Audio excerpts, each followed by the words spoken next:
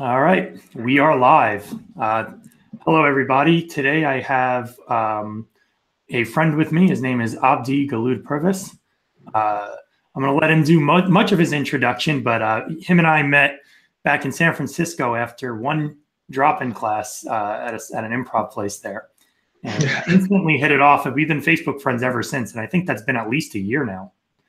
Yeah, I think it's been a year. Yeah, it has been a year. Crazy. Had to have been a year because I moved here. I moved to North Carolina end of last April. So yeah, so it's already been. It's been past a year. Yeah, it's crazy. Yeah, crazy. Yeah, time flies. But yeah, so Abdi, if you could do some quick introduction of who you are, your background, and then we'll get into the topics. Yeah, man. First and foremost, I just want to say I appreciate you, for reaching out to me and for this conversation. It's definitely needed. But a little bit about myself. I am a combat veteran. I was in the military for 11 years. I'm currently still in. I will be getting out in about 2 months. And the reason why I'm getting out is because I have an opportunity to open up a boxing gym. And it's also connected to another gym. It's just an opportunity that presented itself. And, I'm going to take that opportunity to help not just benefit, my life, but just, my family's life, and just, it's going to just help me out a lot of different ways. So, yeah, man, I really yeah. So that's pretty much my introduction, man. I just, just happy to be here and just share some ideas, man. Cool. Yeah. Now I'm hearing myself. Yeah. Let's at least try to we'll use the software mutes for now. Okay. Yeah. As we can. But anyway, so the topic today, I think we have it listed as what? Kanye, racism and free speech. Yes. Yeah. It's gonna all tie into each other. Yeah, it's all related. Freedom of association, like all of it. Like we'll get into it. I have you for about an hour. So yeah, why don't you just kind of go into what's going on with the whole Kanye thing? Maybe you can give doesn't know a recap. Yeah. So I gotta admit, when I first heard the speech, I mean him on, I think it was it AMZ, not AM, what's the name of the TMZ, yeah. TMZ, there you go. I was shocked because you know how the media does it, they just cut things off and they just show you a particular section of it, just to boost their ratings or whatever.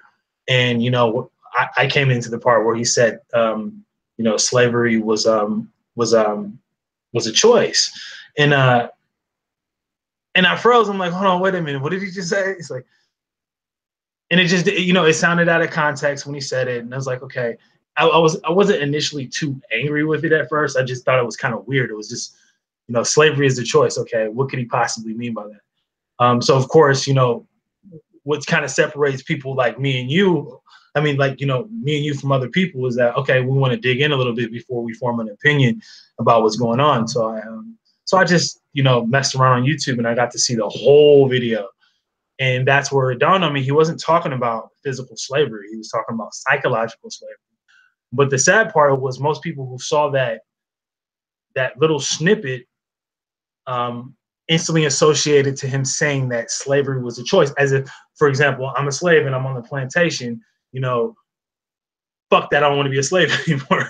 Excuse me. Like, you know what I mean? For real. Like, and that's just not what he said. And it's the way he delivered it and articulated it wasn't the best way, you know what I mean? But it was a way, and he expressed himself how he felt he should express himself. And that goes into the free speech thing as well, is that we shouldn't say that he's wrong because he is expressing his own ideas in the way that he expresses them. And we don't even go in to even investigate that. And when I say us, I mean the Black African-American community, because that was the first thing. Like I'm seeing celebrities like Eve from the Rough Rider. She's like, just disowning him. I'm like, wait a minute, and I'm just thinking, like, did you actually really hear what he's trying to say, right? And why does what he's saying, just because it's different from what, say Black Lives Matter say? Why is it that it's rejected so hard? Because all those ideas need to be debated in order for the right ones to emerge. It's just, you can't just have one opinion about things. And that's what Kanye West is doing. He's saying, hey, look, I understand that there's certain, I hate to use the word racism, but it's like, there's a certain discrimination pattern that I see, Sure.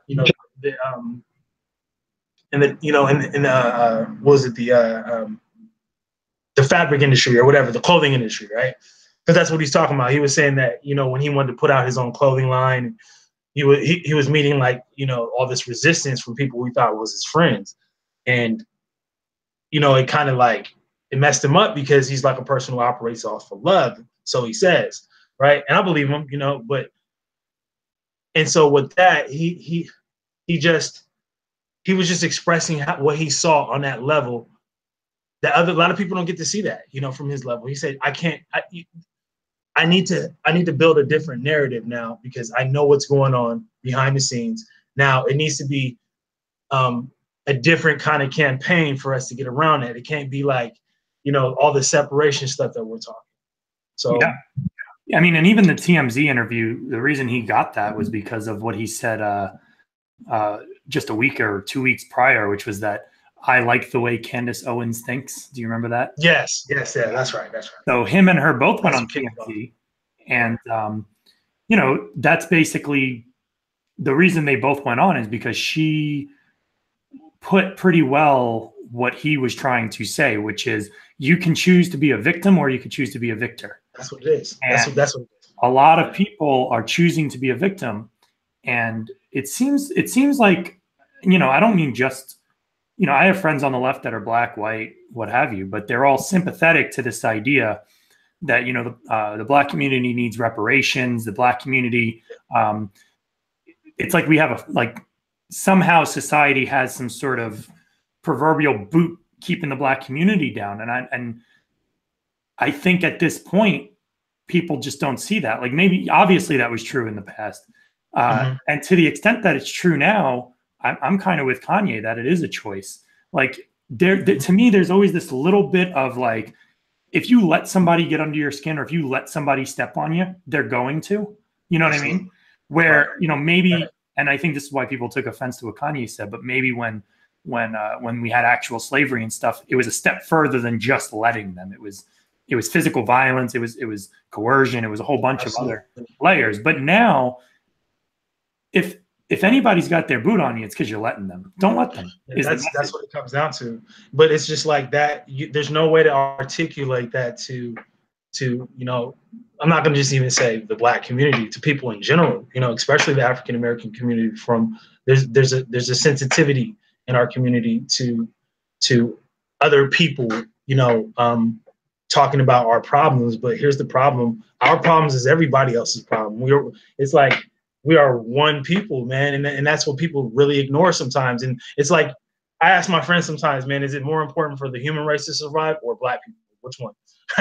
Like I really ask them that. Like, it's like, is it more important for black people to survive or the human race? Right? Just follow me down that road. And some people, well, if it ain't the human race as a whole, then nobody survives. You know what I mean? So I hope you get where I'm going with that. It's just like, and a lot of us are, in the church too, and that kills me. It's just like, wait a minute, how can we separate ourselves by races if we're all children of God, right? In that sense, right? Within the church, right? I'm not saying that I'm a Christian myself, but what I'm saying, and it's just like, we don't even do that sometimes. And it's just like, the victim mentality, man, is just not me. I'm a combat veteran, man. Nobody's going to tell me that, that I have to be weary of systematic racism. Systematic racism, like, here's the thing: the system's flawed in the first place. It doesn't matter who goes through that motherfucker. So if you're not at your highest capabilities and you're on the lower end of the spectrum, you're coming from a broken home, you're coming from the streets in general, you're not going to survive in that system. It's going to eat you alive. And the only way, so the whole social justice movement, right?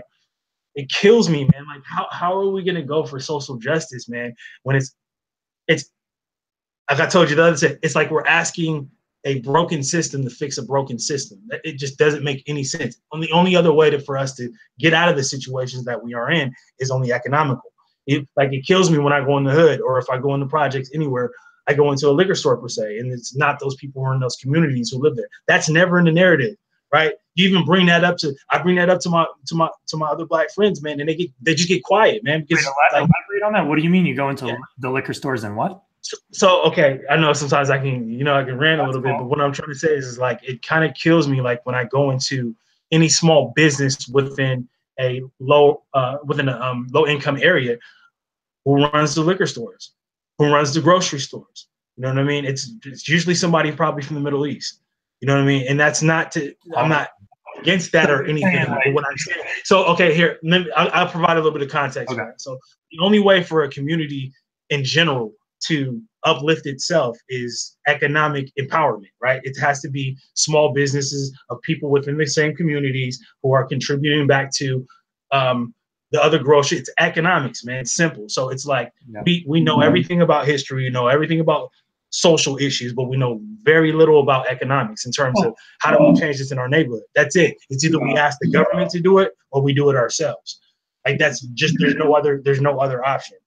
Just to clarify, so you're saying you go into like these black neighborhoods and it's not the black people running their businesses, it's other people, which at the surface not a big deal, but in the context of yes complain about like trying to complain about the woes of the black community, you see an opportunity right there for the black community to help itself by running its own businesses. Yeah, man, it's not even I see a opportunity. It's really the only opportunity because it's how else is it? Well, I mean, unless you're waiting for a miracle, I mean, that's the only other way. It's about thinking as clear as possible, right? And that's what I don't see. It's how else do we solve these problems? Like, so if it is systemic racism and it is the ghost in the machine, right? Why are we asking legislation to change that if they're a part of the same system? Right. And I'm saying theoretically, I'm not saying that's true, but what I'm saying is hypothetically, right? That's the argument, right? There's problems within the black community. Yes, we've been through, like, just to say the least, horrific situations, right? But that doesn't. We live in today. Like, what can we do about that today? We cannot change the past. We cannot forget the past as well, right? But we live in a situation where if we don't do it ourselves, then it will not get done. Because, like, to take it back to what I was really trying to say is that the systemic racism that we say is out there. We're asking the same people who supposedly run those systems to change it for us, man. And it doesn't make any sense to me at all. Yeah, and I don't think people put much thought into what it means to actually make those changes from a governmental level. Like if you want to see more black businesses, how is the government going to help? You know what I mean? Like step one is if you're a black person, start a business. That's how you see one more black business. Yeah. To me, what happens is when you start asking government to help with these problems, which I understand my philosophy generally is this: try to do everything you can yourself. And when you've demonstrated that you can't get it done on your own, then ask for help. Makes sense. And, try to get it from your family, your community, your broader community. Government is in that chain. But right now you'll see the minute there's some sort of, even something that looks like an injustice, we got to get government involved. And that's how we get policies like affirmative action. Some people love, like my friends on the left, when they bring up affirmative action, they bring it up as though it's like an obvious great policy. But it's not. It's not. And it's like it's like what if you're going off of your own opinion and emotions, you're not using data, then okay, the world is whatever you want it to be. But in reality, it hasn't worked. It's actually been counterproductive because it hasn't allowed those people in those communities to rise to the top, because it's like, okay, well, diversity is a funny thing, man, because it's as a person, we all believe in, the best should be at the top, meritocracy, right? And diversity kind of doesn't do that. Affirmative action doesn't do that. It just says, okay, well, if you look like this, or this is your demographic, then you can come to the school, or you can work into, like, how is that? How are we building the best businesses or it's a handout. See, when I see that, especially as a veteran, it's a trophy given it's basically giving people trouble. There's no incentive in that. Where's the incentive in that? That means I don't work hard, right? And that's what economics is about. It's about incentive, right? And that's what some of the things we haven't been able to explore, and to build that within our own businesses, and not own businesses, man. But what I'm saying is that to stop the narrative of pointing. I don't even want to say that because that even comes across wrong. But it has to be us. We know that if our own life sucks, the only person to change it is us. Like, we don't go to our neighbor's house and say, hey, you know what? I got this issue with so-and-so. You know, I mean, sometimes, but you get where I'm going. It's just. Right. But even that would be fine. Like, going to your, like, my problem is, look, if you look at an individual, it might be the case that some individual goes out there and they work their ass off. They try to move up in a certain company, and they really get the strong sense that it's because they're black, or it's because they're Chinese, or because they're white, even, like, it's their race or their gender or something that the people they are dealing directly with are using that against them to keep them down, to keep them kind of curved. And it's in their mind, limiting their opportunity. I'm not saying that never happens. What bothers me is that you have enough people saying that this is happening, yet it doesn't seem like they're doing anything to help each other. Like you had said, in the black community, if one of the complaints is, you know, black people aren't the business owners, you know, it's always the white guy or the Middle Eastern guy or the other guy. Right. What's stopping, you know, Uncle T, I don't know, I'm just making up a name. Like, what's stopping him from just starting a business, running a business? Like, you're telling me in Chicago, like, there are people stopping black people from starting businesses? Is that? No, it's I think that's the idea behind people in the projects.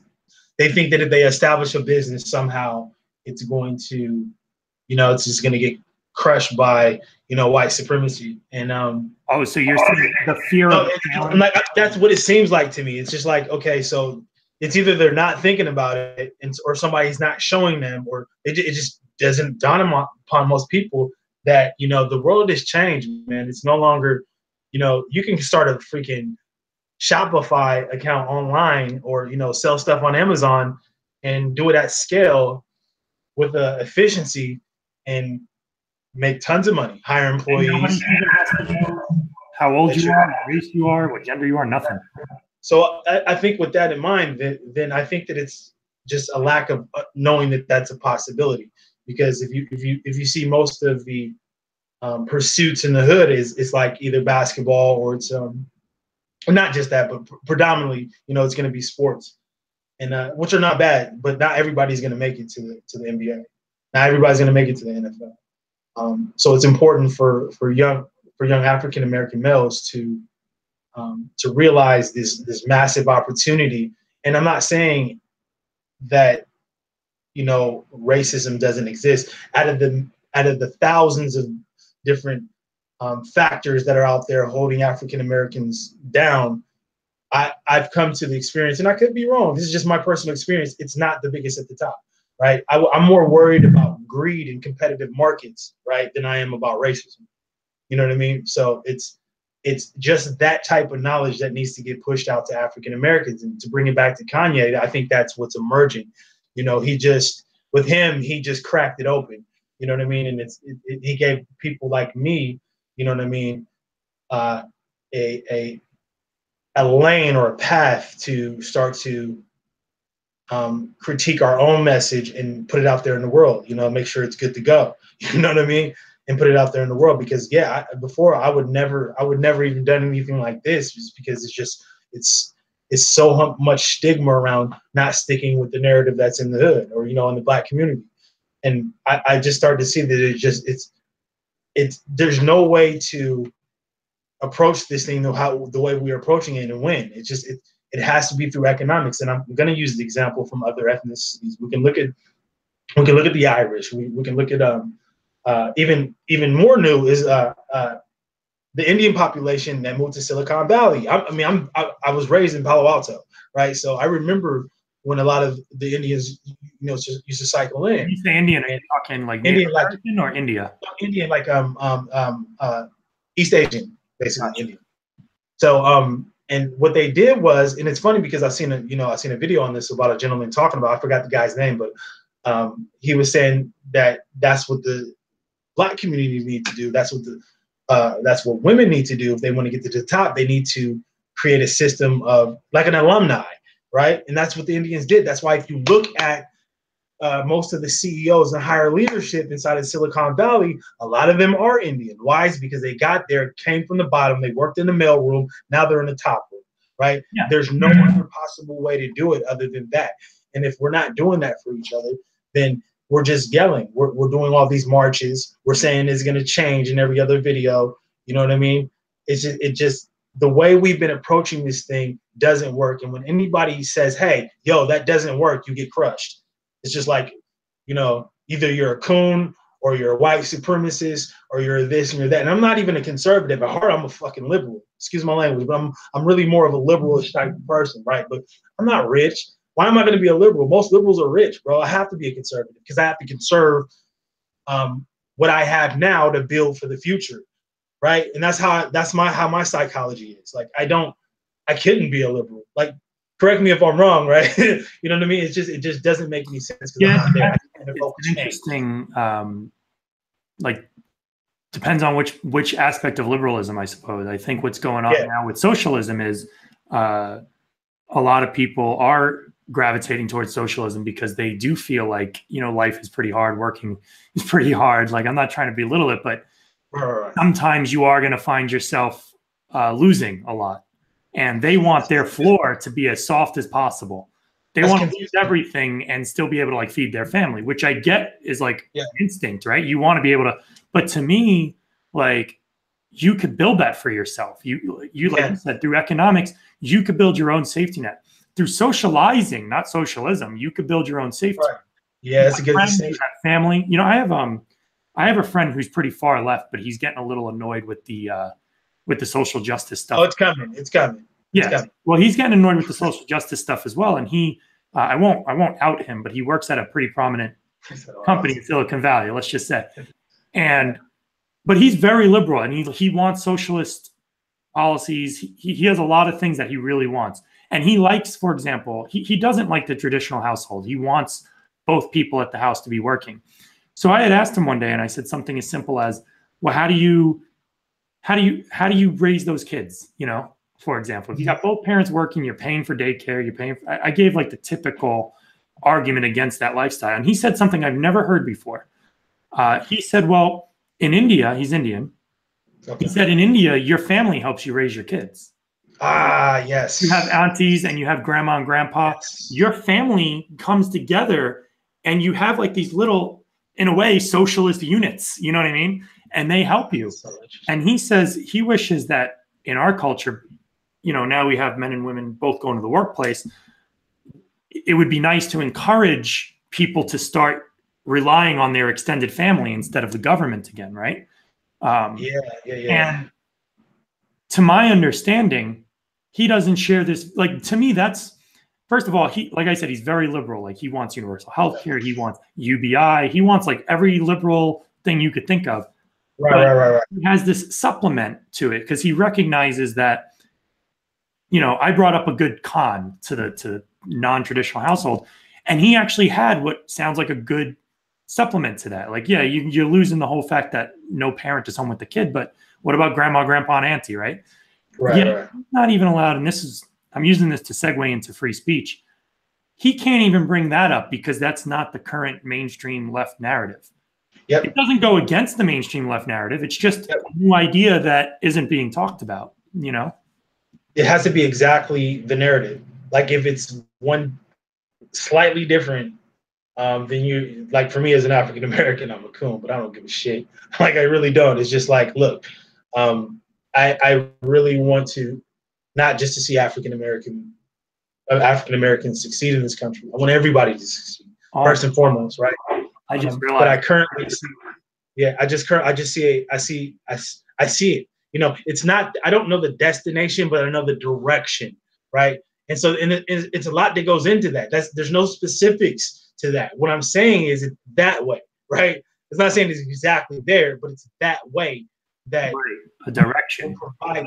And it's like nobody is talking about that stuff, right? It's like two toddlers in the room just barking at each other, and nobody wants to sit down and look at the middle. We talked about this briefly before, with the whole Buddhist idea of walking in the middle path and being in the middle way of things, and not being all the way over here and all the way over there. But there's a truth to that. You know what I mean? Just sitting with, and that's why you took the path that you went, and your buddy's starting to verge himself a little bit away from the left, because it's extremism on both ends. You know what I mean? It's not like one person's more realistic than the other one is. They're both highly unrealistic, and it's two toddlers, man. It's like, where do we go from here? And I think it's a minority. I think a lot of people in this country don't hold a lot of those same views. I think that they just go with the norm because it's a groupthink mentality. We think like that. I think it's the path of least. It's tribalism, man. It's tribalism. Yeah, I think it's the path of least resistance right now. Right. I have so many friends who agree with me, but I'll actually say something about it, and they'll be like, "Look, I agree with you, but why you got to say it? That's just going to upset them." And I'm like, because what's happening is they, and I hate this whole like us versus them mentality, but there are a lot of people who are, I think, heading us down this path, and they, for good reason, have no reason to believe that they are at all wrong about their beliefs. Now, I'm not saying they're wrong, but if we're not saying the thing that goes against their views because we might upset them, then they're just gonna dig their feet deeper, because they're gonna be like, oh, well, if nobody's combating me, of course I'm like, nobody's scrutinizing my view, of course it's right. You know how many times I've been told, John, you need to change your view because you're on the wrong side of history, which implies, John, what does that even mean? What does that even mean? They think in their minds, they think that they're fighting for a future where there's less racism, more love, et cetera, et cetera. And it's like, sure. A utopia. Just call it a utopia. They're looking for people. They're looking for a freaking utopia. Yeah, but like I believe them that that's what they're fighting for. But what they don't realize is that somebody like Kanye is also fighting for that. He's not their enemy. The only difference is he actually says it. And to me, his path of going there is doing it right now. You know what I mean? Like, like, for example, if you want less racism, people like Morgan Freeman, one of my favorite interviews with him. I love him. Love him. Have you seen that interview where he's yes. Oh, yes. Whenever and racism, he's like, well, simple. Today, how about this? You stop calling me a black man, and I stop calling you a white man. You call me Morgan Freeman, and I'll call you whatever the hell that guy's name was. And it's like, that's directly to the source of the problem. Everyone else, they're like, well, if we build this elaborate Rube Goldberg machine and start changing things down here, this will have an effect which will change things. And eventually people will stop being racist. It's like, and those people never took an economics class. They never took an economics class, and they've never looked at history. Why do you think like people like Jordan Peterson always uses the Soviet Union as an example? We've seen this. It's been here before, right? You don't know it because we don't teach it in schools here. That's the problem. You know what I mean? People think that their emotional opinions actually equate to rational, real knowledge, and it's just not true. You know what I mean? Only in those situations can you go back and really actually analyze your own thinking. It's critical thinking to, and that's what these people don't get. I think a lot of it really goes back to the education. Like, they're just not learning these things in school. They're not, and it really does matter, because I think you said a minute ago that your friend said, why does it matter anyways? I'm not going to say anything. Is because, well, I'd rather say something now and take the pain of it now than take the pain of what's going to come. Exactly. Behind those types of positions. You know what I mean? Because it's anytime that you start to tell nature how to be, if you get where I'm going with that, then you're making a mistake. You know what I mean? This is how we are naturally. Let me tie that, because I know that's so it's like we're trying to, be like physics or something. We're trying to manipulate nature socially. Yeah. Well, so it doesn't work. Because I was really far left, like I used to say things like that. People used to say, conservatives used to come to me and be like, dude, how can you not like capitalism? It mimics it mimics evolution, you know. And it was ironic because some of them didn't really believe in evolution, but they would go to me and they would say it's survival of the fittest. And my response, which I still think is a good response, but I think it doesn't get the whole picture. My response was, yeah, it's survival of the fittest. So you're right. We understand something about the way the world works, but when we understand something about the way the world works, we can manipulate it. And and an example I would say is, like, we understand how gravity works. That's why we could fly planes, you know?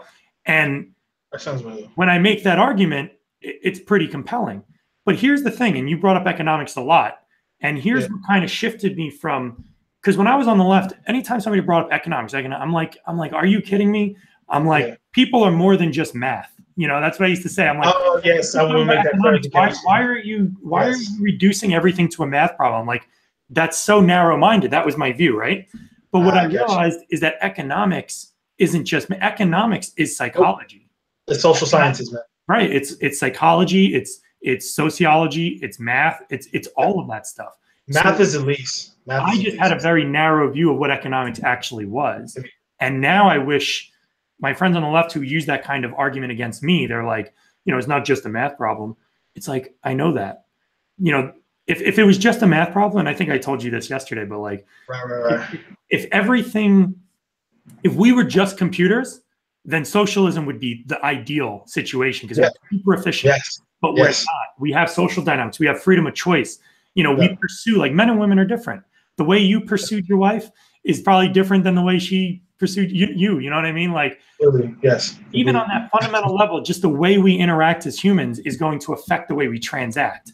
And the way we transact is different than the way we, you know, what is money except a social transaction? You know what I mean?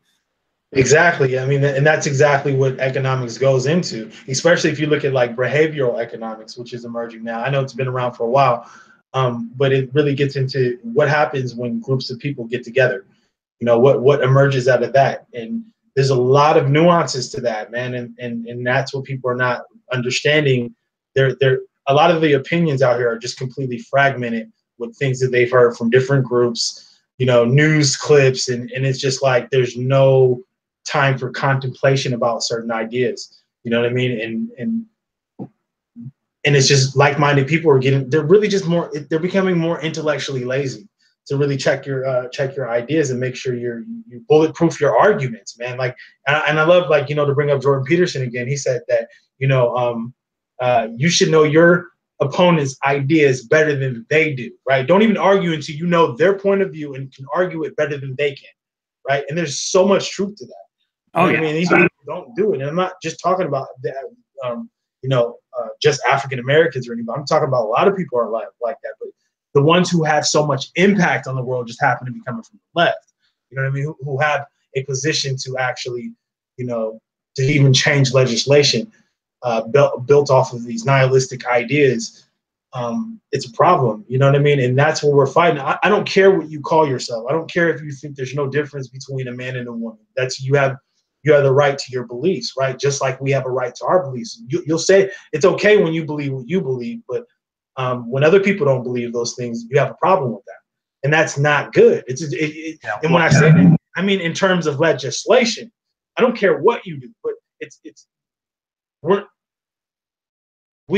our responsibility. Like, our lives are a responsibility, man.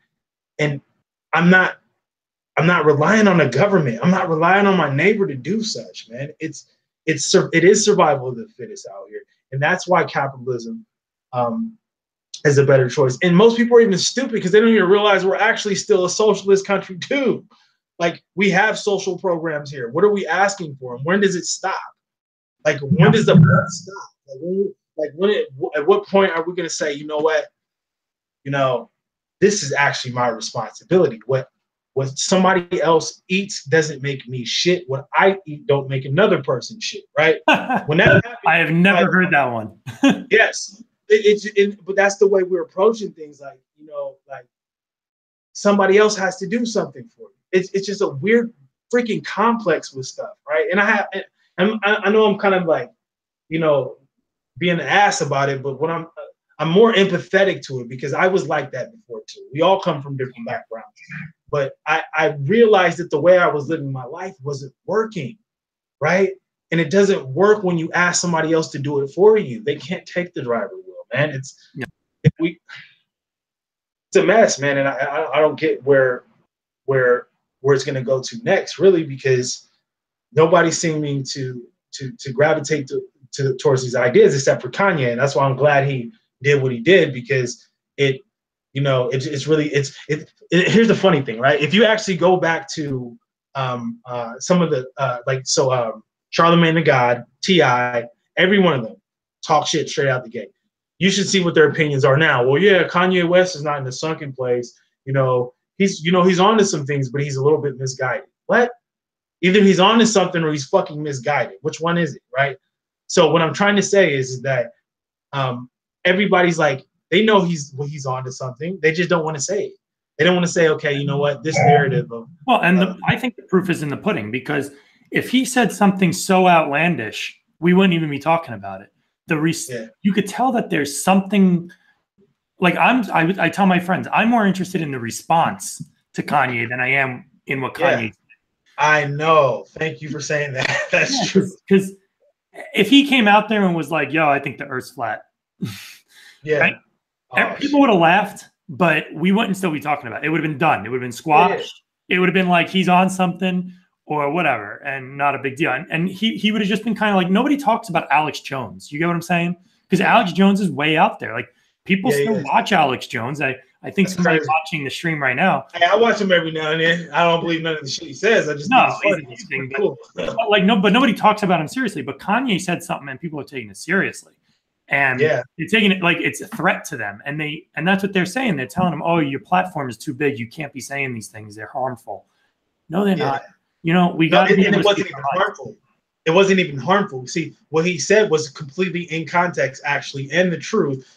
What happened is that the media picked it up and ran that little snippet. So it's not Kanye West's fault for being who he is. And I'm not going to tell him not to be who he is. We can never tell people not to be who they are. It's the fact of the matter is that we're not realizing that was coming from the left-leaning liberal media that turned that shit around and made it seem like he had slavery, but nobody's paying attention into that piece. Okay, why did they choose that particular segment just to show, right? And then when you go on the internet, you see different versions of it everywhere. Yeah, nobody's thinking about it. It's like, hold on, wait a minute. It's a mass manipulation to the fact, because if you watch the interview with Charlamagne the God and Kanye West, he is completely lucid. He's not crazy. He's completely clear on what he's saying. Where I think what he's missing is the economic piece. That's what I feel that he's getting around to, is that he doesn't have access to, people to teach him. It would be so cool if somebody like Time and Soul would grab Kanye West up and say, hey, look, this is actually how you do it. You know what I mean? It ain't necessarily just building a fashion design company. You need to put community-based schools on every single corner to replace liquor stores, right? You need to put small business colleges in these neighborhoods to get people's idea and show proof of concept, show people who go through these systems, who have actually came out of these systems and are living lucrative lives. Go snatch up all the inmates who are coming out of prison. A lot of them are actually not as fucked up as people think they are, but it's no proof of concept. And that's what I think he's trying to go to. And it's simple. That's the direction. And that's what he's kind of alluding to. He's not articulating it in the way that he wants to, because he can do anything he wants to. He can start his own fashion line. He just has to realize that, hey, I can go on here, learn a little bit about this SEO thing, and market my own thing online and do it that way. Like, record companies are dead, right? I don't mean to go off on the left, but what he's trying to do is already there. You know what I mean? And tell him to come hang out in Silicon Valley for a little while. Maybe he'll pick it up. I don't know, because it's only through industry that any community can rise above its manners, like rise above its current situation, and that's what he's really getting at. He just doesn't realize it yet. I think. He does, but not in the same way, right? Like, and that's another thing that Peterson talks about is we tend to understand something before we can articulate it. You know? And I think what you're seeing with Kanye is he understands something and he's going out there, he's trying to articulate it, and everybody's like, shh, quiet down. And he's doing a better job than most people, but obviously he'll do better as time moves on, but he's not going to get better at it. He said that in the interview, man. He said, I don't mean, because he said that same exact thing you just said in an interview. Like, paraphrase, he was like, hey, I don't know where I'm at. I don't know what to say. I'm not media trained. I just act with love, and this is who I am. He said, I don't know. I also don't know where I'm going to be 10 years from now, but I guarantee you I'll be in a better way, a better place than I am here to now. Honestly, when I watched that interview, because I was, growing up as a kid, I was a real Tupac fan, man. And, him being, not from Marin City, but he lived in Marin City. He reminded me of that other side of Tupac, not the thug side, the more creative, poetic side, the ferocious reader side, of Tupac. He had that same light in his eyes. And I was like, you know what, this is, because I feel that's what Tupac would have been if he was here. He would have been that type of character to be the interface to these problems that we keep having. You know what I mean? And that's what I think Kanye's on a big level. It's kind of like, the Barack Obama thing. Like, it's by him, most people say that, he didn't do anything for African-American people, or he was a shitty president, whatever. I look at the model of it all, right? Him being an African-American, technically an underdog, if you want to call it. Every child who saw him raised, they're not going to be raised underneath the cloth of racism, man. They don't know when they get. Nobody's gonna say nothing about that, man. It's like, oh, he didn't. So he did. Yeah, he did. Yeah, they had to change what the word racism means in order for it to apply today. Racism doesn't mean racism anymore. It means systemic racism, and it's like, but the fact that you had to change the word means that it doesn't exist in the form that you're saying it does. You know what I mean? It doesn't. Ask Morgan Freeman to take it back. What did he say when the guy asked him, do you think, I think it was Pierce Morgan, another question, he said, hey, do you think racism is a problem? He said, today? He's like, and he responded, yes. And he said, no. Simple as that. Why? And this is a man who's 80-some years old, was raised in, I believe, Mississippi in the 30s and 40s, who was also in the military too. And he's saying that. Is he senile? Like, I'm not nowhere close to his age. I trust his perspective on this more than Al Sharpton. I'm sorry. I really do. And that's who I go with. It's only in them that we can really see where we're at right now. And you know what? I think it's easier to say that it's a problem. Like, it's like, if you don't spend any work, any energy, any effort, and you ask, is racism a problem? The obvious and easy answer is yes. Yes. But you can break that down though a little bit. Yes. What I'm saying is, like, the people who are saying no, they thought about this. You know what I mean? I'm not convinced that everybody who's saying yes thought about it. That's no. They're just saying it's a lot of social pressure though. It exists. I've seen it once or twice. Yeah, it exists. Where somebody else is like, there's a much bigger, complex system here, and my answer is actually no. No, you're right, and I think a lot of people are just going with the flow, and then inside, they're really atheists to this movement, if you want to say it, right? They don't believe in it, but it's kind of like, they feel like it's the right thing, especially young people. Peer pressure is an issue, but and I think that's just they're just going with the flow because that's what it is. People are trend followers, not trendsetters. So with that being said, that's what we're seeing now, and that's why I feel it's really a minority of people who really think like that. I really hope so. I don't, I haven't really done any numbers on that, but it's just like, it's kind of like, you can't really see the world like that. Like, it just doesn't make any sense, man. Yeah. Part of me understands why they see the world that way. What bothers me is how they don't see what we see. You get what I'm saying? Yeah. Like, they're so certain that their view is, first of all, in many ways, our views overlap. They're not like either or. You know what I mean? I know it's so relative, yeah. But the idea that I'll say something, or that Kanye will say something like, hey, we need to start thinking about the future, and just like, if you want to run a business, go run a business. Like, Yeah. why that thought is like, oh, even if that's true, you saying that is racist because you're discounting all of our arguments. And it's like, no, it's just like, don't complain to me until you've tried to do the thing. Then complain. You know what I mean? Like, that's all I'm asking for.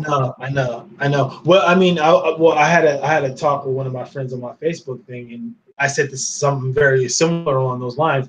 And instead of him saying anything relative to the now, he talked about some event that happened in 1967 when African Americans tried to do this or do something. It was like, bro, like, what?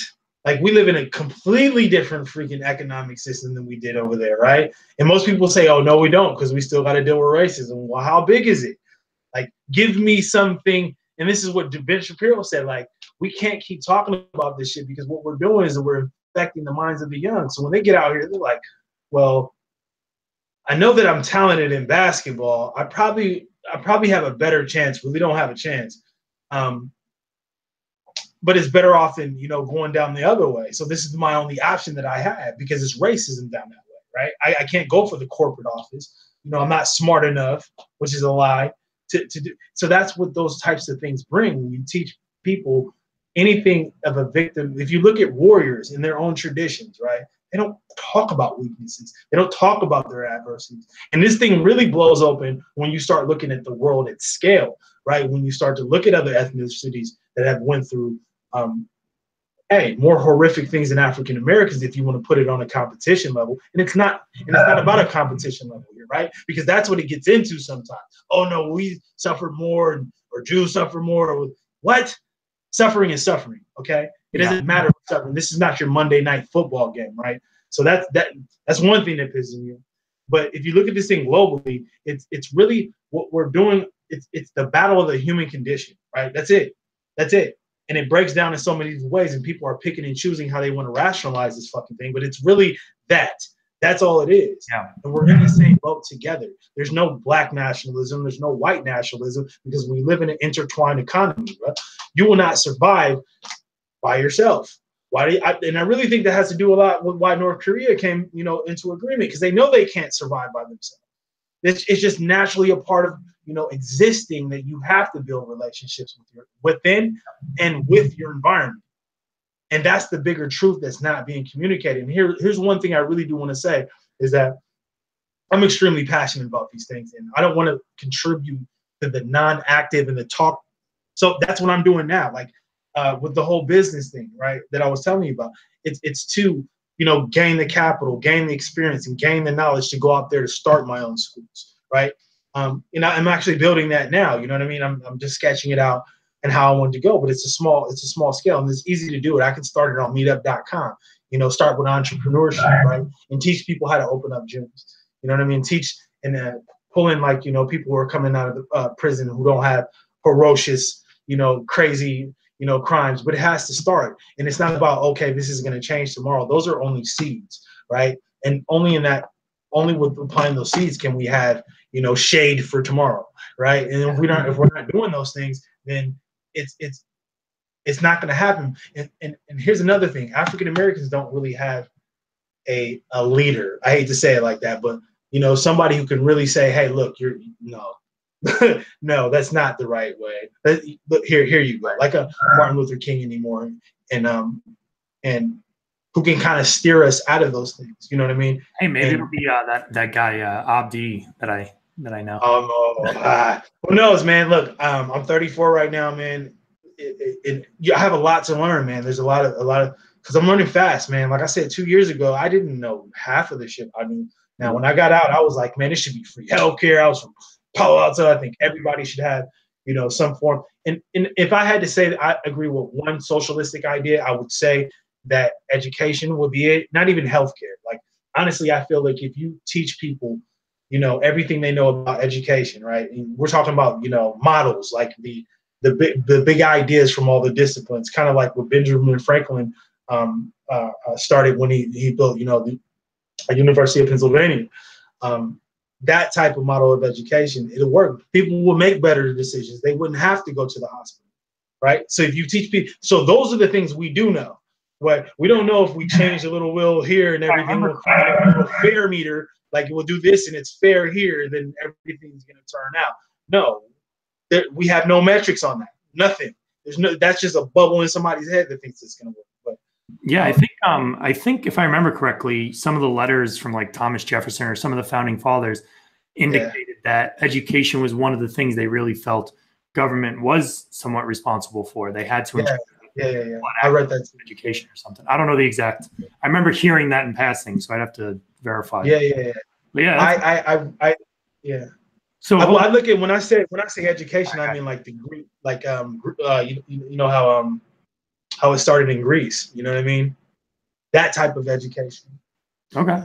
So I know I only have you for a limited time, right? You said so. I had asked people in the chat to ask questions, so we're just going to go through those really quick and they're all for you. They're all because this is your interview.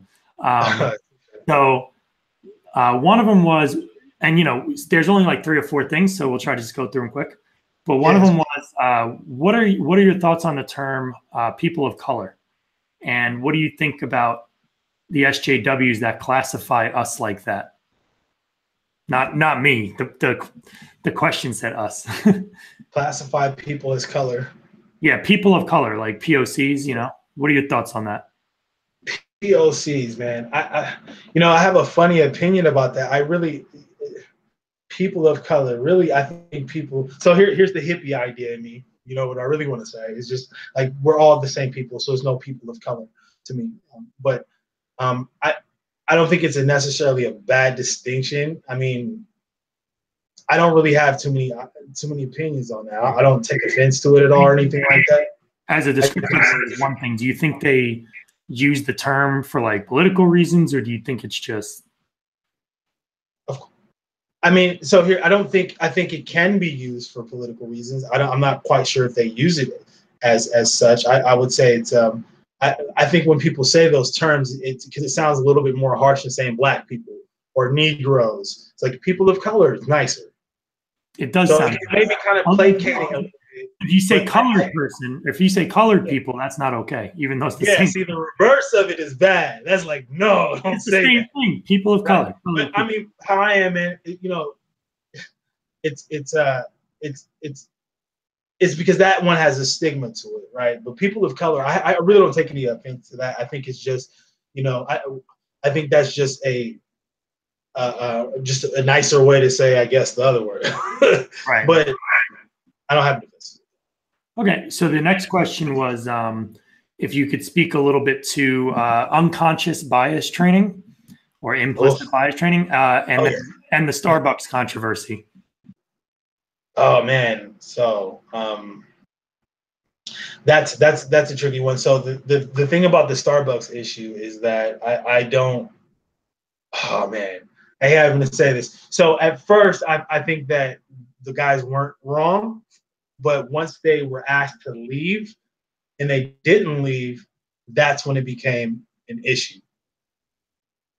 So I don't think that there was necessarily a bias against in that situation. I mean, it happens. Does it happen? Okay, we got a bunch of people in here who don't look like they should be. Oh, they're black and they're going crazy.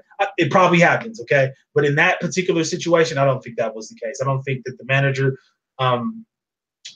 felt that because I watched the interviews and I even heard even some of the white people were when they were saying, "Oh, why are they being arrested because they were black?" I think that got turned around, especially in our current situation. It got turned around. I really do. Because I've seen shit like that happen before too, right? On both ends, I've seen, and it's really hard to tell, but I don't think that was necessarily a bias inside of it. I actually feel bad because I think we're basically telling the black community that that the white community. So I'm not in their head, so I don't know, but I can imagine being in that situation and being asked to leave. And if I'm constantly putting everything through this racism filter, I'm sitting there like, is it because I'm black? And And I've said this to my friends. And that's why it's difficult to narrow that one. I would have said no too. I would have said that's a dumb rule. I'm not going to leave unless you force me to. Yeah. No, I mean, I think we both would. I don't know. Like, I have no idea of whether to say that was because where is the exact measurement of that? Like, how can I don't know what was going on in her head. You know what I mean? And I know people do come in there. So I think it could have been partially that, right? You know, and that's what I meant by this current environment. I don't know, man. I really don't know, but I doubt that it was racism or anything like that, man. I think that sometimes we lump all the other stereotypes, and this has nothing to do with the situation. You know, the stereotypes we hold about each other as racism. Anything that that is, you know, a judgment against anybody, right, is automatically lumped in with racism. And I just don't think that that's the case. I think in that situation, that's unfortunately just a regular ass event that happened, and everybody blew that out of proportion. Yeah. I don't think it was a black issue until it was became a black issue. In other words, right. And I try to ask people. I'm like, okay, could that situation have happened such that it wasn't racist? Like, what would have had to change for it not to be racist? And that's exactly the only answer is don't ask them to leave. And I'm like, well, if they would ask white people to leave or pay for the food, and now you're basically not enforcing a rule because someone is black and you're afraid that it'll come across as racism. Isn't that? And that's what we're creating. We're creating that. Yeah. But some people want that. Some people actually want that, John. So I think some people want that because that's exactly that's a catch-22. What do you do in that situation? It's like the gender question thing. Right. What do I call you? Like, I don't know. Yeah, and I think they want that because, and some of the reasons I will hear as well, black people dealt with a lot of grief, a lot of whatever. It's just like cut them some slack. Look, if the conjecture is that, like, the best I've heard was a friend said, look, I get it's their rule. I get that if you're not a customer, you can't use their restroom, you can't loiter. But in their minds, what they're asserting, what they're hypothesizing is that had this been two white dudes, nobody would have ever even gotten up. Nobody would have noticed, let alone ask them to leave. But that's an absolute claim. We don't know that. We don't know, because guess what? There's nobody with cameras saying, "Oh," and see that plays into your first point. There's nobody with a camera. All these two white dudes are getting kicked out. Who cares? Like, that's the mentality of it. You get what I'm saying? Who cares? Okay. To black people, then, you know, and here's one thing I do want to say, because you kind of hit it a little bit, and that's not to say that African Americans don't have, you know, trauma within ourselves, right? I do firmly believe that there are aspects of our past that, you know, if you look at epigenetics and you look at genetics as a whole, that, you know, that trauma does stay within generations of people. And that's why a lot of the things that are and that's not talked about. We don't talk about how, you know, so we know when soldiers go to battle, right, they come back wounded, right? They come back either physically wounded or mentally wounded. But we don't make that same association with the folks who are growing up in the hood. The reason why a lot of us are acting like this is because of that trauma inside of our DNA. And that's simply because you can look at that in psychology too as well.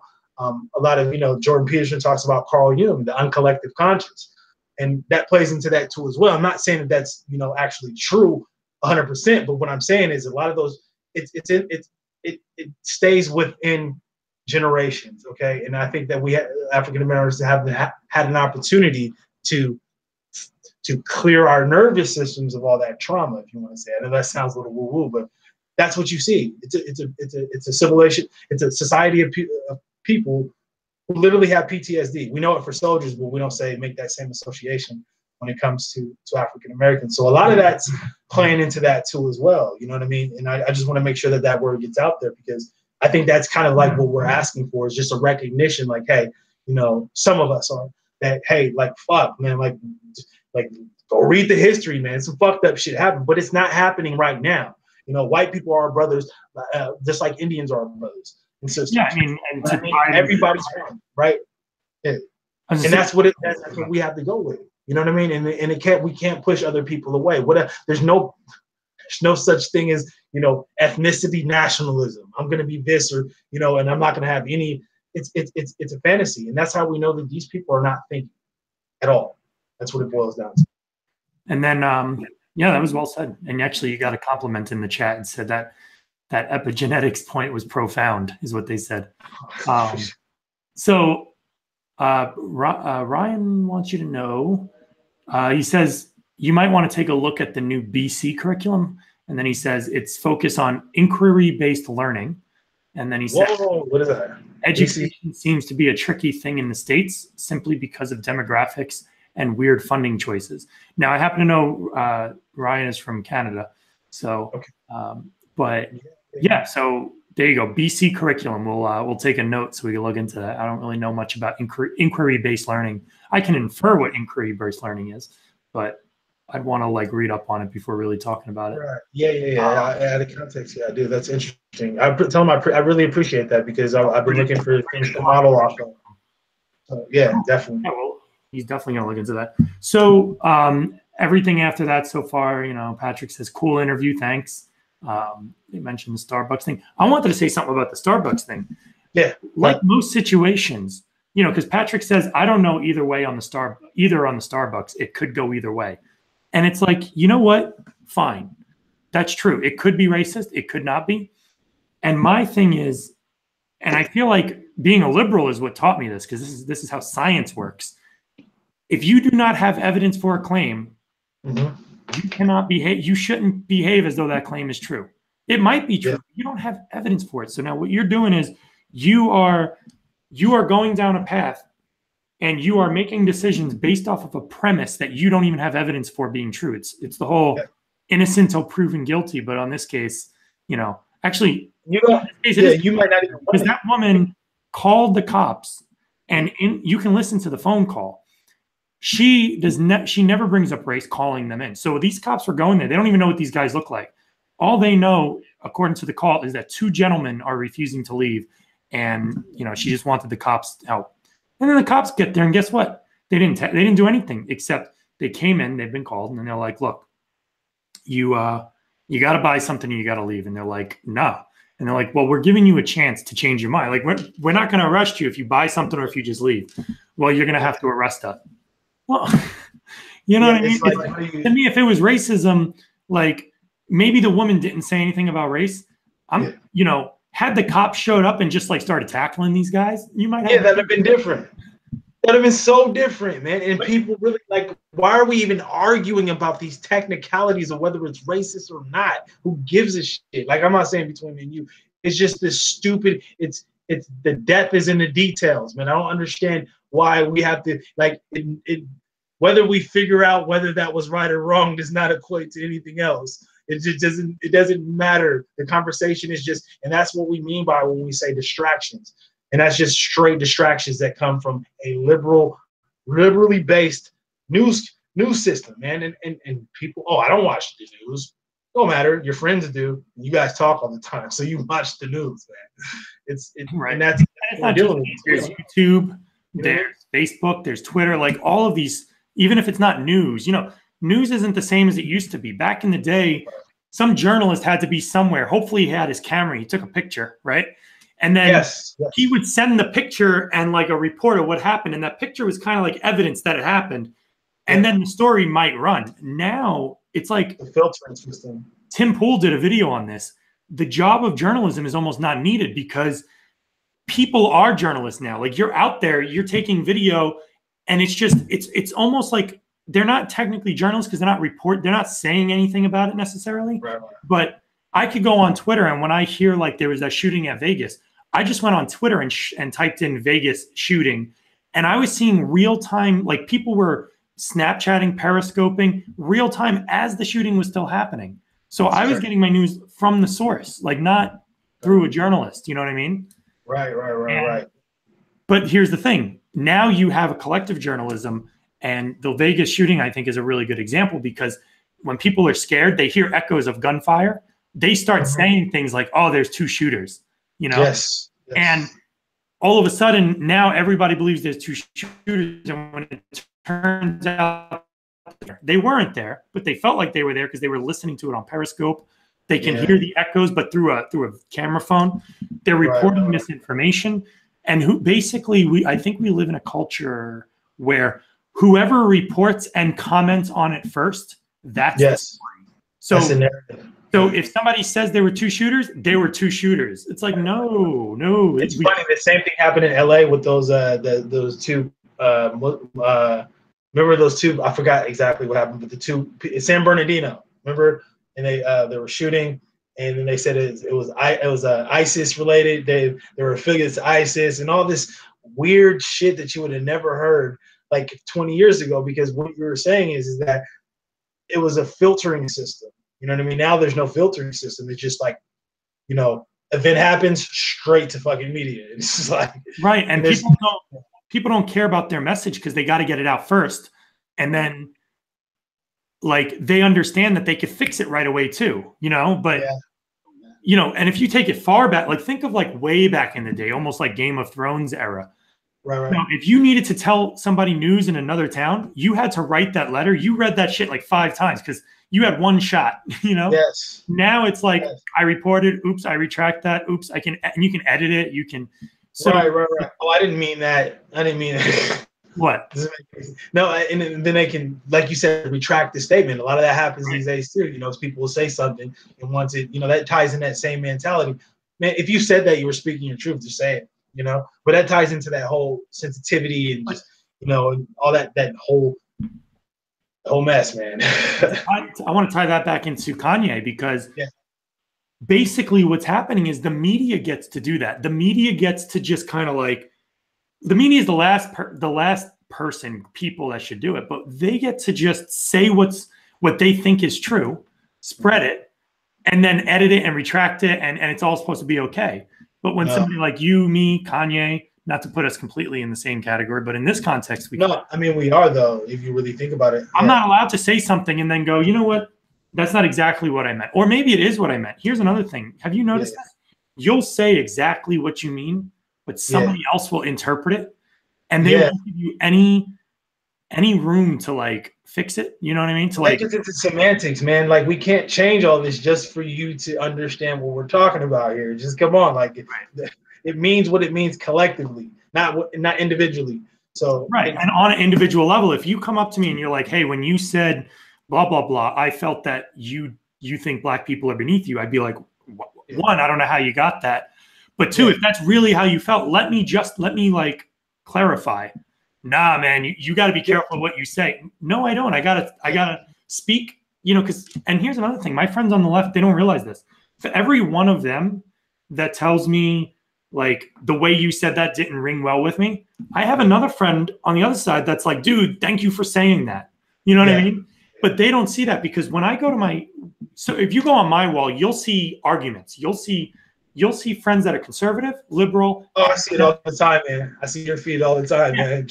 And now my conservative and my center friends are like more confident to like talk on my Facebook page, which I'm happy about. But I go onto my friends page who are like left, very left leaning.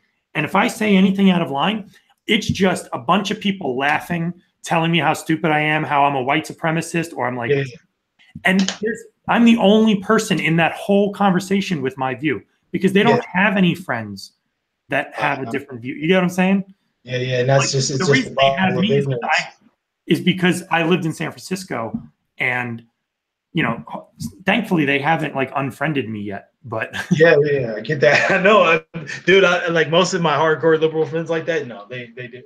And I haven't even really said anything. It's just what I was saying is a lot of what I get, kind of similar to you. They get, are you a conservative or are you a liberal? Like, what are you? I'm like, dude, I'm nothing, man. I just I think critically. That's what I do. I'm a critical thinker. Okay, so because there's views on the left that are, some of them are noble, true, and just, and then there's a lot on the conservative side because conservative to me is it's your individual responsibility for your life, and it's like, and you have to put yourself around people who don't just think like you.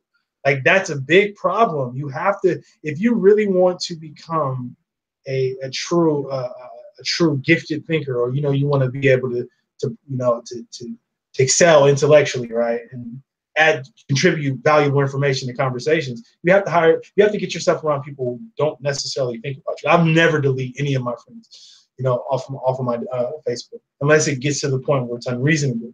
But it's like I need that because I don't trust my own thoughts 100%, and that's the difference. You don't trust your thoughts 100% different. We know we have self-awareness, and we know that that we have our own faults because a lot of our thoughts are emotionally driven. And in that case, that's where you get things like cognitive dissonance and all the different cognitive biases. And that's why all these arguments are just riddled with those things. And people don't even have no idea what a confirmation bias is. All these other things. They think because they know what it is, they never experience it.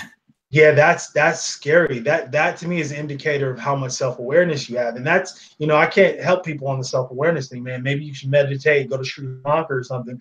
But what I mean by, go to a place where you can connect with the environment, but it's a lot of that. They don't have the self-awareness to be able to make these accurate decisions, to make so it flaws their perception in the first place. The reason why they can't see these things because they have a flawed perception, right? So I can't even expect for them to see these truths. What I'm hoping for is, with people like you and the Rubin Report and all these, Jordan Peterson, it's starting to come.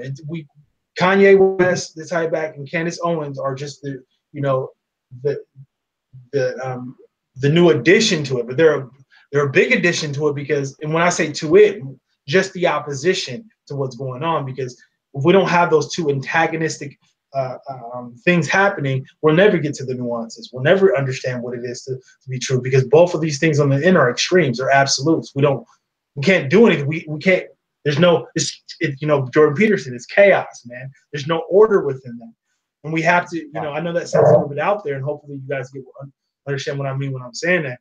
But if it's not a dialogue, a debate, and I don't see why they don't have a politically incorrect anymore. You know what I mean? So we can see the titans of every single idea out there battling it out with each other, and seeing what emerges. And that's the only way. It's like, what else are we gonna do? Just keep going down the same damn road? I'm all about practicality, bro. Like, what can we do right now, today?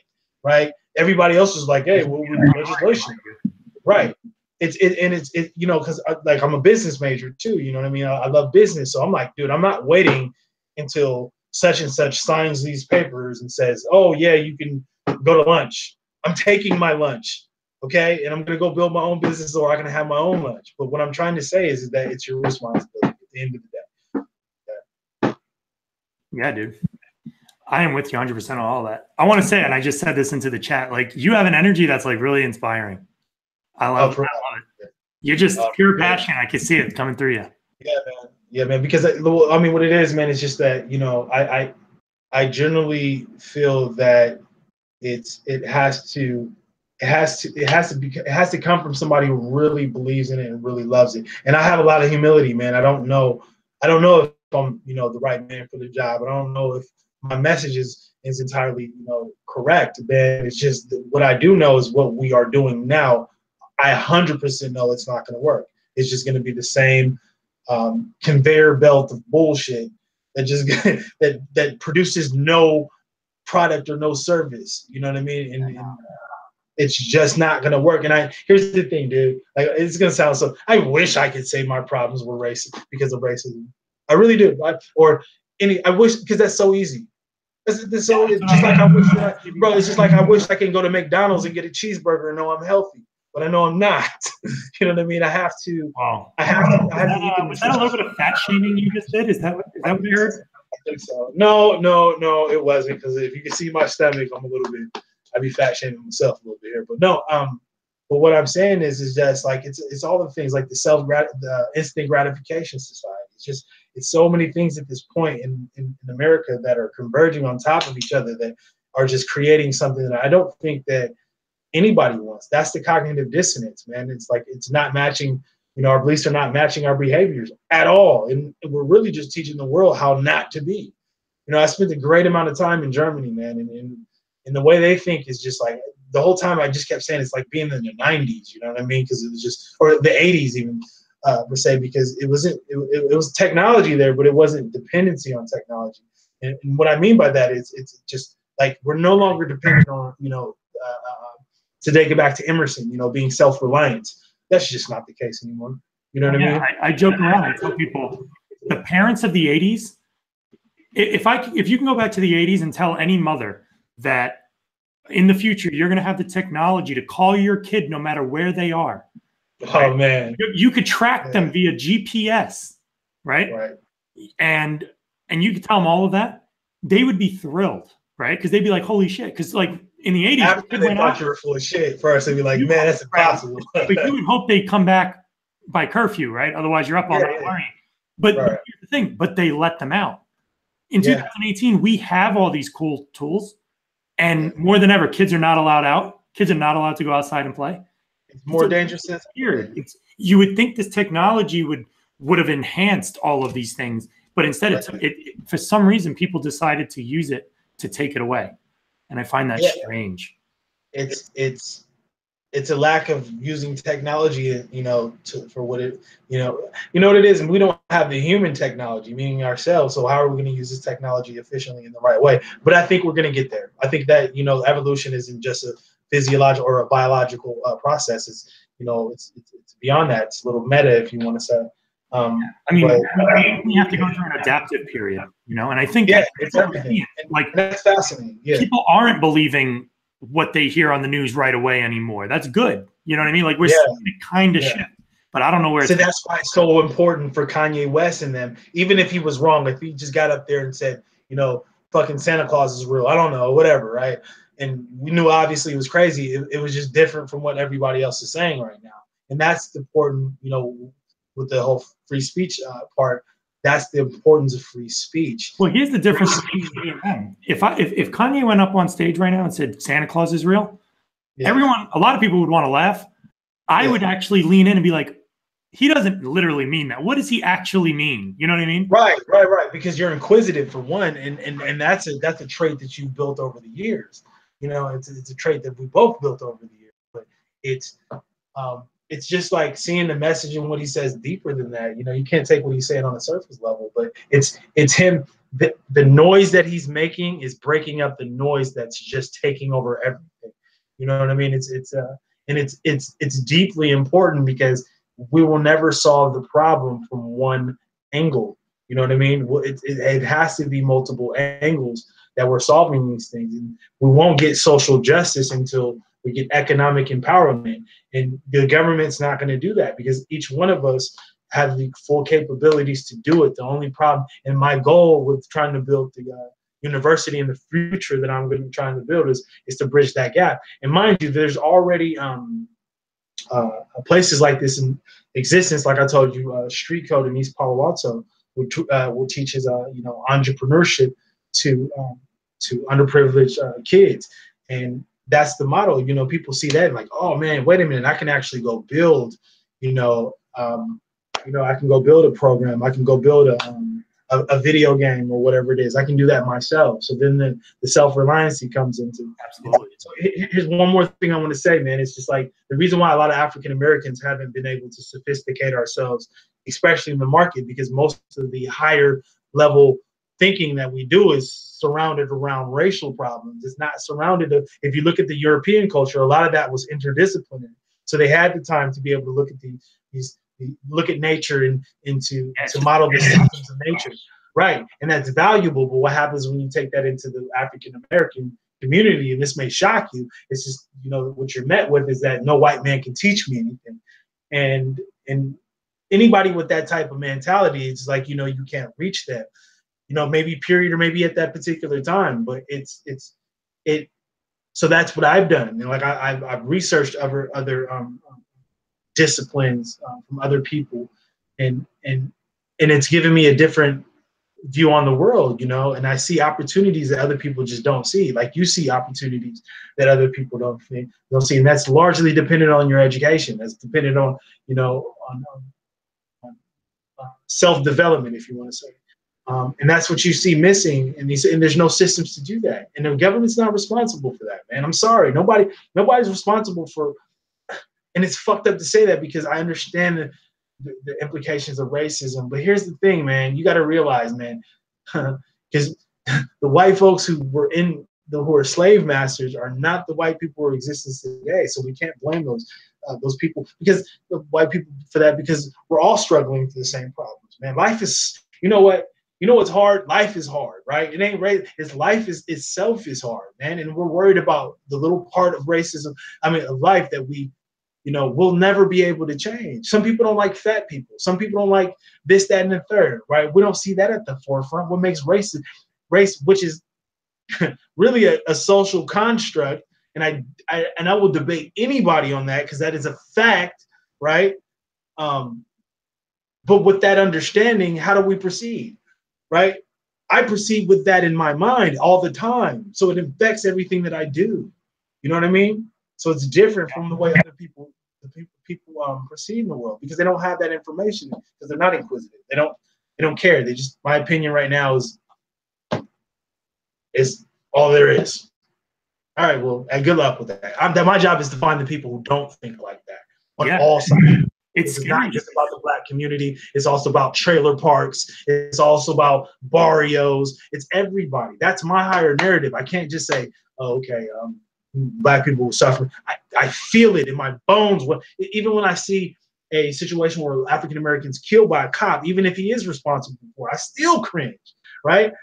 Here's the thing. I still feel that same way for anybody who's shot by a cop, right? Or even if a cop gets shot and we find out that he had a story that he had a child, who was waiting all night for him to come home. Just some sad story. That affects me too as well. I can't necessarily choose one or the other because over a skin color, bro. And I know people can't accept that. They can't even see past that. Like it's just like skin color is just something beyond any definition. You know what I mean? I don't know. No, I am with you. That was good. So I am being courteous of your time because I think it's like 6. Oh no, we were in the rhythm. It's okay. It's okay. I appreciate it. We'll do it again too, man. We got to do this again. Yeah. This is a warm up. This is a warm up, man.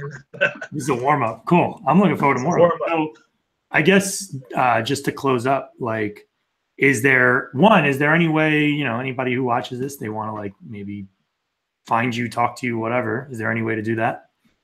Yeah, so you can find me on Instagram. It's grindkind. So you got it's GRIND, little space thing at the bottom. I forgot what it's called. Underscore. That thing. Sorry, I had a long day. Grindkind, KIND, and that's on Instagram. The only reason why I didn't really provide my Facebook, I'm glad you said that, just to let everybody know, is because it's a very tough time to hold different, like as we discussed today, hold different views from the majority of your family members and friends, and it kind of isolates you. And I'm not afraid of those things, but I feel that I want to do it the right way. I don't want to just flood people because I care about people on both ends of the spectrum. So that's why I don't usually provide my Facebook. But if you for some reason you can't find that, you can definitely reach out to John, and in the future I will provide that and put that information on there. But I have a young son and a family, and people are just they're losing their minds these days, man. And I just have to make sure that they're protected. But I'm definitely here to talk and communicate with anybody about anything to help both of us progress to learn. Maybe you can help me critique my own ideas. So I want to stay accessible, but only to the degree that I can keep my family in a good position, because you just never know. Once if I hit that that lottery ticket with the gym, and I have like 6 security guards around me, I don't care. Whatever, you can have phone number, the whole nine. But I'm not paranoid, but I'm really skeptical of people's good intentions these days.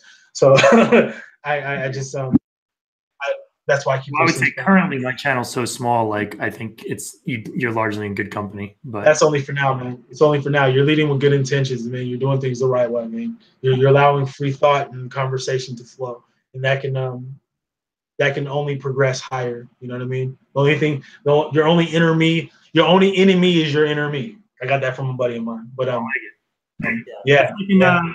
In improv, they tell you about your inner critic and your inner cheerleader. Yeah. Oh, it has a lot of segues, man. That's why this is a warm up. We have so many other topics that we should discuss, man. And you're a very well-read man, so it's just like I want to, no, for real. I mean, I really want to tap into that and learn some things from you too as well. So I really appreciate the opportunity, brother. Yeah, man, not a problem. We'll have you on again soon. You're You're my third interview on the channel. You could be the fourth, the fifth. I don't care. You're my first, man. You pop my cherry, brother. A podcast cherry. If I had a nickel for every time. No, I'm kidding. Oh, man. All right. I'd have a nickel. All right. Well, everybody, thank you for tuning in. Anybody who's watching it later, thank you for watching. What are we at? About an hour and a half. Good timing. Yeah, it's good. Phone call now. We're in the flow, man. But thank you, Abdi, for coming on. And anytime you want to chat, you know, we're friends. Hit me up. If you got some like topic that's just like, oh, I got to tell the world about it. I do. Well, that's why I said it's the warm up, man. Let's get this thing going, man. Cool. Sounds good. All right. Thanks a lot. Thank you, everyone. Appreciate it. Staying on. I'm just going to stop the broadcast and we'll kind of debrief. All right. See you, everybody.